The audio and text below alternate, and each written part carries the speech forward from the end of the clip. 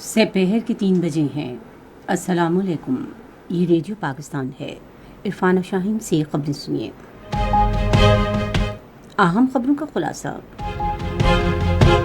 وزیر منصوبہ بندی نے ریلوے کی وزارت کو ML1 منصوبے پر کام کے جلد آغاز کے لیے تمام عمل مکمل کرنے کی ہدایت کی ہے۔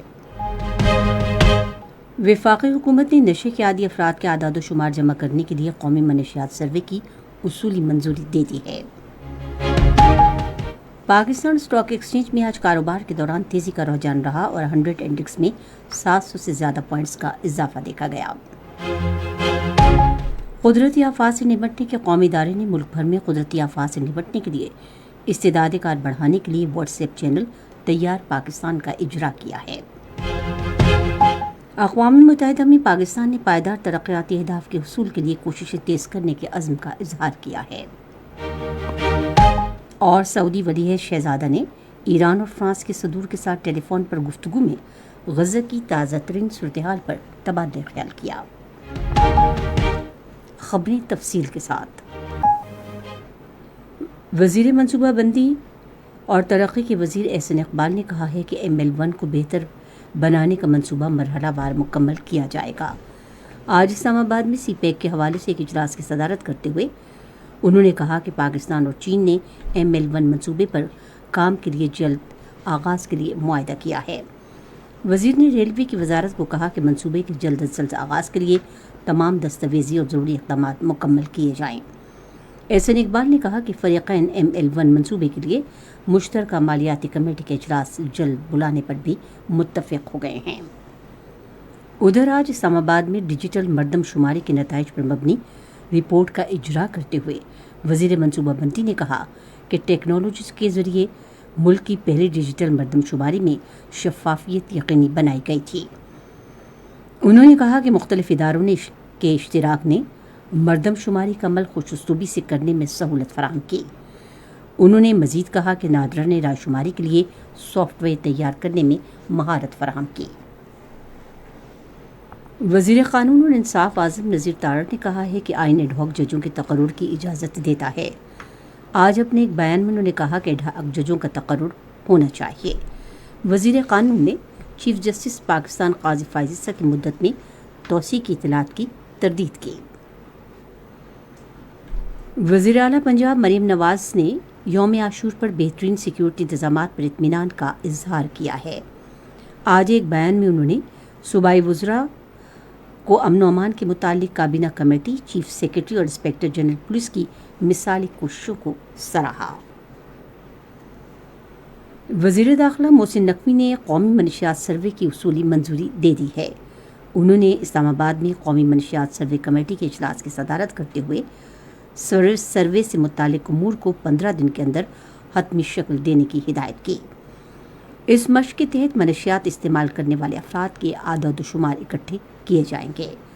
محسن نقوی نے کہا کہ انسداد منشیات فورس اور ادارہ شماریات کو سروے کے طریقہ کار، مطلوبہ اعداد و شمار کی نوعیت، نظام الاوقات مشترکہ طور پر وضع کرنا چاہیے۔ انہوں نے کہا کہ سروے کے لیے بین الاقوامی ترقیاتی شراکت داروں سے بھی تعاون کے لیے رابطہ کیا جانا چاہیے۔ واضح رہے کہ گزشتہ قومی منشیات سروے سن 2013 میں کیا گیا تھا۔ خصوصی سرمایہ کاری سہولت کونسل نے ملک کے زرعی شعبے میں ادائیگی کا نظام بہتر اور سہل بنانے کے لیے اہم قدم اٹھایا ہے۔ اس سلسلے میں SIFC نے ایک کھاد کمیٹی اور ڈیجیٹل والٹ کے نام کے درمیان مفاہمت کی یادداشت کے لیے سہولت فراہم کی ہے۔ اس شراکت داری کا مقصد مقامی بینکوں تک رسائی نہ رکھنے والے کسانوں کو معاشی طور پر اختیار بنانا ہے تاکہ وہ معیشت میں متحرک کردار ادا کر سکیں۔ کھاد کمیٹی اور ڈیجیٹل والٹ کے درمیان شراکت داری نے کسانوں کے لیے رقم کی لین دین میں آسانی ہوگی۔ پاکستان اسٹاک ایکسچینج میں آج کاروبار کے دوران تیزی کا رجحان رہا اور 100 انڈیکس میں 700 سے زائد پوائنٹس کا اضافہ دیکھا گیا۔ اضافے کے ساتھ PSLS انڈیکس 81,000 پوائنٹس کا نفسیاتی حد عبور کر گیا۔ پاکستان اسٹاک ایکسچینج میں تیزی اور مثبت رجحان معیشت کے مزید استحکام کے لیے حکومت کی مثبت پالیسیوں کا نتیجہ ہے۔ قدرتی آفات سے نمٹنے کے قومی ادارے نے ملک میں قدرتی آفات سے نمٹنے کی استعداد میں اضافے کا عزم ظاہر کیا ہے۔ ایک بیان میں ادارے نے کہا کہ جاری کوششوں کے ایک حصے کے طور پر تیار پاکستان کے نام سے ایک سرکاری واٹس ایپ چینل کا اجرا کیا گیا ہے، جسے قدرتی آفات کے بروقت انتباہ، تازہ ترین معلومات اور تیاریوں کی تدابیر کے لیے مختص کیا گیا ہے۔ اس چینل کی مدد سے لوگ قدرتی آفات کے خطرات سے باخبر رہ کر بروقت اطلاع ملنے سے حفاظتی اقدامات کر کے خود کو ایک دوسرے لوگوں کو بھی محفوظ رکھ سکتے ہیں۔ قومی شاہراہوں کے ادارے نے شعوب دھانا قومی شاہراہ کو مرمت کے بعد چھوٹی گاڑیوں کی آمد و رفت کے لیے کھول دیا ہے۔ ادارے کے ترجمان کے مطابق شاہراہ کو آئندہ چند گھنٹوں میں ہر قسم کی ٹریفک کے لیے کھول دیا جائے گا۔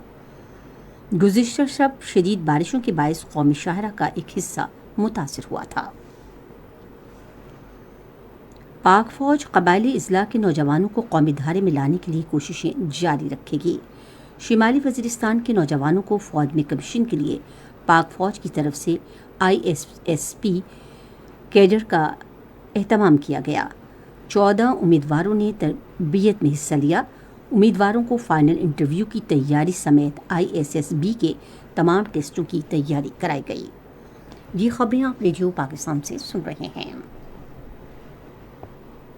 پاکستان نے پائیدار ترقی کے اہداف کے حصول کے لیے قومی کوششیں تیز کرنے کے عزم کا اظہار کیا ہے۔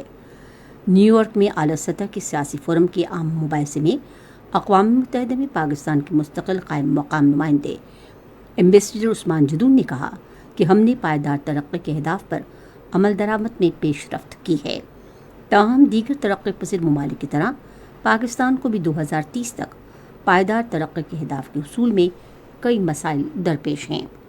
ایمبیسڈر عثمان جدون نے کہا کہ پائیدار ترقی کے اہداف کو حقیقت بنانے میں ترقی پذیر ممالک کو درپیش مسائل کو عمل درآمد کے مطلوبہ وسائل کی فراہمی کے ذریعے ہی حل کیا جا سکتا ہے۔ انہوں نے ترقی پذیر ممالک کے لیے زیادہ وسیع مالیاتی اور مالی اعانتی گنجائش پیدا کرنے کی ضرورت پر بھی زور دیا۔ صدر آصف علی زرداری اور وزیر اعظم شہباز شریف نے امریکہ کے صدر جو بائیڈن کی کورونا سے جلد صحتیابی کے لیے نیک خواہشات کا اظہار کیا ہے۔ اپنے الگ الگ پیغامات میں انہوں نے جو بائیڈن کی صحتیابی اور تندرستی کے لیے نیک خواہشات کا اظہار کیا۔ سعودی ولی عہد وزیر اعظم محمد بن سلمان نے ایران کے صدارتی انتخابات میں کامیابی پر صدر ڈاکٹر مسعود پزشکیان کو مبارکباد دی ہے۔ ولی عہد شہزادہ محمد بن سلمان اور صدر مسعود پزشکیان نے ٹیلی فون پر بات چیت کے دوران ہر سطح پر تعلقات میں بہتری کو سراہا اور دونوں ممالک کے درمیان مختلف شعبوں میں تعاون کو فروغ دینے کے تسلسل کو جاری رکھنے کی اہمیت پر زور دیا۔ ایرانی صدر نے ولی عہد شہزادہ محمد بن سلمان کی جانب سے نیک خواہشات کے اظہار پر ان کا شکریہ ادا کیا۔ ادھر فرانس کے صدر ایمینوئل میکرون سے ٹیلی فون پر گفتگو میں ولی عہد شہزادہ نے غزہ کی تازہ ترین صورتحال پر تبادلہ خیال کیا۔ فریقین نے خطے میں سلامتی اور استحکام کے حصول کے لیے اس حوالے سے کی گئی کوششوں پر بھی بات چیت کی۔ چین نے مشرق وسطیٰ کے مسئلے کے 2 ریاستی حل پر زور دیا ہے۔ اقوام متحدہ میں چین کی مستقل نمائندے فو کونگ نے سیکیورٹی کونسل میں اظہار خیال کرتے ہوئے کہا کہ عالمی برادری انسانی زندگیاں بچانے کی خاطر جنگ بندی کے لیے بھرپور کوششیں کرے۔ آسٹریلیا نے غزہ میں حالیہ اسرائیلی حملوں میں بے گناہ شہریوں کی ناقابل قبول حرکتوں کی مذمت کی ہے۔ آسٹریلیا کے وزیر خارجہ پینی وونگ نے سماجی رابطے کی ویب سائٹ ایکس پر اپنے پیغام میں کہا کہ آسٹریلیا نے غزہ میں جنگ بندی پر زور دیا ہے۔ خواتین کا cricket Asia cup Sri Lanka کے شہر دمبولا میں کل شروع ہوگا۔ افتتاحی میچ متحدہ عرب امارات اور نیپال کے درمیان کھیلا جائے گا۔ پاکستان کی خواتین کرکٹ ٹیم اسی گراؤنڈ پر اپنا پہلا میچ کل بھارت کے خلاف کھیلے گی۔ میچ شام 6:30 بجے شروع ہوگا۔ ریڈیو پاکستان آج سے پہر 4:05 پر اپنے قومی پروگرام میں معروف گلوکار مہدی حسن کی سالگرہ کے حوالے سے خصوصی فیچر پروگرام نشر کرے گا۔ محکمہ موسمیات کی پیشگوئی کے مطابق آئندہ 12 گھنٹے کے دوران ملک کے بیشتر علاقوں میں موسم زیادہ تر گرم اور خشک رہے گا، تاہم گلگت بلتستان، کشمیر، شمال مشرق پنجاب، خطہ پوٹوہار میں شام اور رات کے اوقات میں تیز ہوائیں چلنے اور گرج چمک کے ساتھ بارش کا امکان ہے۔ خیبر پختونخوا اور وسطی جنوبی پنجاب، جنوب مشرقی اور زیریں سندھ اور شمال مشرقی بلوچستان میں آج تیسرے پہر بعض مقامات پر تیز ہوائیں چلنے اور گرج چمک کے ساتھ بارش کا امکان ہے۔ آج ریکارڈ کیا گیا بعض بڑے شہروں کا درجہ حرارت کچھ اس طرح سے رہا کہ اسلام آباد، لاہور اور Muzaffarabad 34 degree centigrade, Quetta 35، Karachi 37، Peshawar 36، مرچ 26، گلگت 31، سری نگر 29، جموں 32 اور لیہ 33 ڈگری سینٹی گریڈ۔ خبریں ختم ہوئیں۔ مزید خبروں اور تجزیوں کے لیے ہماری ویب سائٹ ہے radio.gov.pk اور فیس بک کے link radio Pakistan news official پر آپ ہماری خبروں کی براہ راست ویڈیو اسٹریمنگ بھی ملاحظہ کر سکتے ہیں۔